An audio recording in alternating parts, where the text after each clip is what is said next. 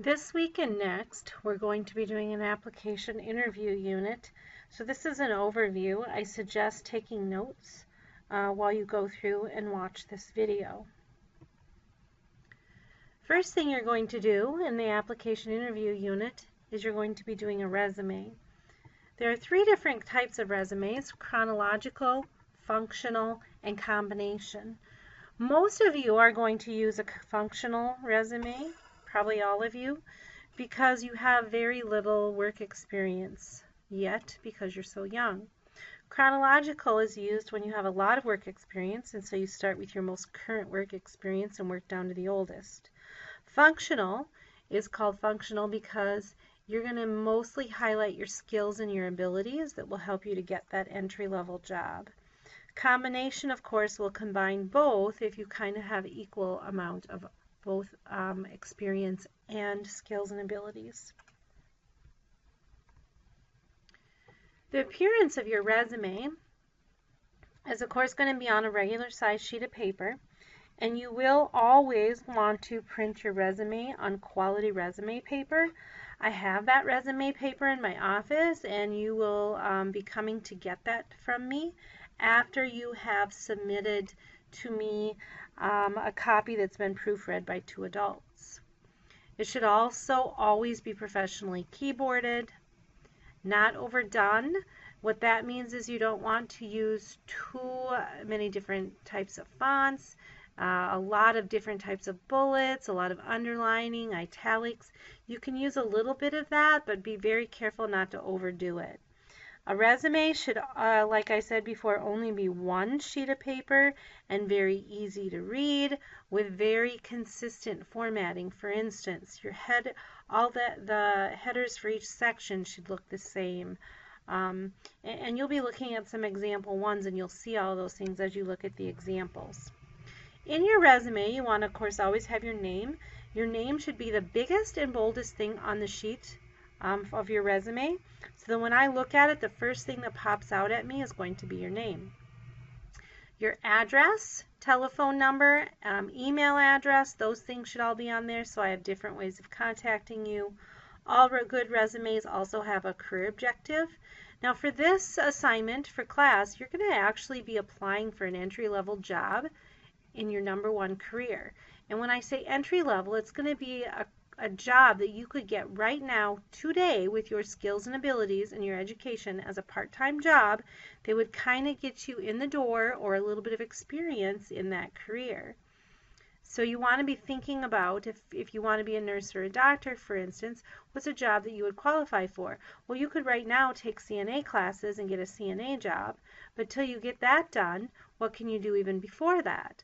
Well, you could get a job working in dietary or activities at a nursing home or at a hospital, or apply to be an administrative assistant or office assistant at a hospital or a doctor's clinic or a nursing home, so you can get into that atmosphere, find out if that's really what you want to do. Education. Everyone should always have education on their resume.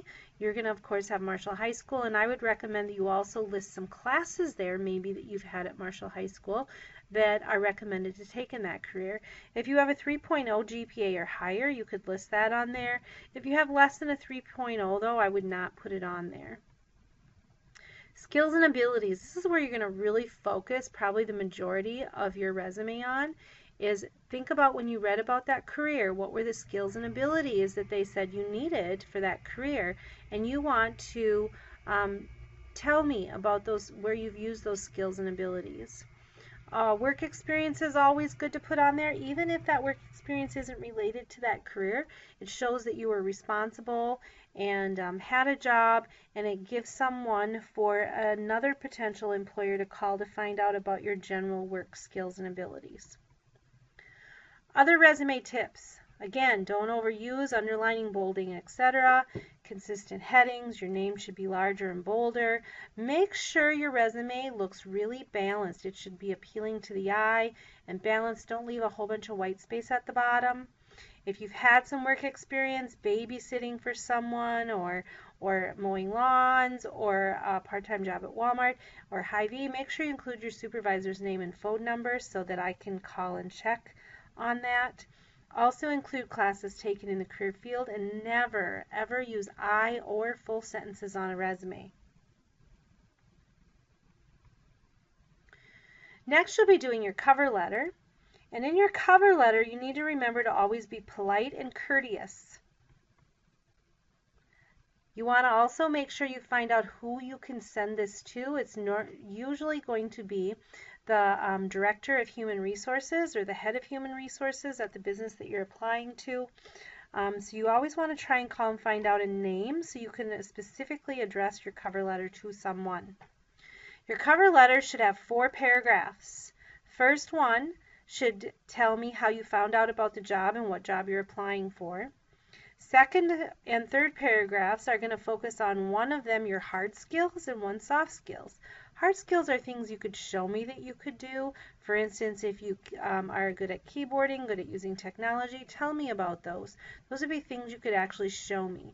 Soft skills are going to be things like that you're responsible, dependable, organized, a good team player, and make sure you back all those things up with some examples so I know that you really do have a way of being able to verify that you do have those soft skills. In your fourth and final paragraph, you're going to request an interview and let me know how I can contact you. So make sure you always end that politely in requesting that interview. Again, you're going to be printing this out on good quality paper, resume paper, and your resume and cover letter, after they're okayed and printed on resume paper, we're actually going to be submitting to US Bank for them to preview before they do your mock interview. Again, make sure you keyboard. One thing I really caution you about doing though is do not use a wizard. It is so difficult if you use a wizard to try and change the formatting if something doesn't look right. And second of all, if you use a wizard and everybody else uses the same wizard, it's all going to look the same. You're actually going to be generating your resumes from MCIS, and there'll be a video posted showing you how to do that. So the important thing to remember with that though is after you generate it, you are going to need to make some formatting changes or everyone's will look the same, and you want to make sure that yours stands out. Very, very important to spell check and proofread. You'll be doing that by having 2 adults that know you, preferably your parents, proofread those documents before you submit them to me, and then I will proofread them after that. After you've got your resume and your cover letter done and you've applied, a lot of businesses will also want you to complete a job application. When you complete a job application, you're going to more than likely be keyboarding it or doing it online, but if you do have to do it by hand, you want to make sure that you always print and use a black ink pen. Make sure you read the entire application before beginning if it is on paper, or as much as you can see on the screen, so you understand what you're going to be required to enter, and that you enter things in the correct box or on the correct line. Make complete copies before starting if it's a hard copy in case you make a mistake, so that way if you have a photocopy of it you can start over again if you do make an error. Make sure to read and follow the directions carefully and give them the information in the format in which it is requested. Again, you want to make sure you check your spelling. It just makes you look uneducated, disorganized, and not caring as much if you have errors or if your application looks sloppy. So again, print neatly and clearly to make sure that that looks good. Now hopefully after they've reviewed your application, your resume, and your cover letter, you'll get an interview. So there are some guidelines that we're going to talk about here briefly about a successful interview, and you'll be doing some additional activities on that next week. Before your interview, you want to make sure you find out as much about that company as you possibly can so that they can tell you care and you want that job. Practice answering frequent questions that are asked in interviews, and again, you'll be doing that next week in an assignment. Prepare a list of questions that you would want to ask them, and also bring along your resume reference sheet and a couple of black pens in case they need you to fill something out while you're there. Make sure to call and confirm the date and time before your interview, and make sure you're professionally dressed. And again, you'll be doing some things next week that'll talk more about what it is to be professionally dressed and properly groomed. During your interview, make sure you go alone. Don't want to be bringing along your parents or a friend. If they do, make sure they wait out in the car or go somewhere else. Arrive early, never late. Make sure you know where it's at, or give yourself lots of extra time to find and arrive in a timely manner for your interview. If you're late for your interview, the likelihood of you getting the job is very, very slim. Have change for parking, or if you need to.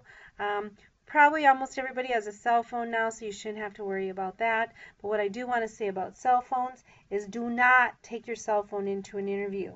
Just don't even take it in. Even if you have it on silent, it might vibrate, or you might have missed a tone to shut off. So just don't even bring a cell phone in. Be friendly and polite to everybody you meet, because you never know when the receptionist will have a big say in who they hire. Greet the receptionist and interviewer with a firm handshake, look them in the eye, introduce yourself, and make sure you stand until you're asked to sit, or till the interviewer sits first. Really important that you remember during that interview that you want to always be thinking positive and highlighting your strengths and talking about your strengths. And make sure you ask them some questions in the end. Just be careful that you don't ask them questions that have to do with salary or anything like that. You don't want to talk about money until you're offered the job. Again, next week you'll be doing some further assignments that will help you in the interviewing process.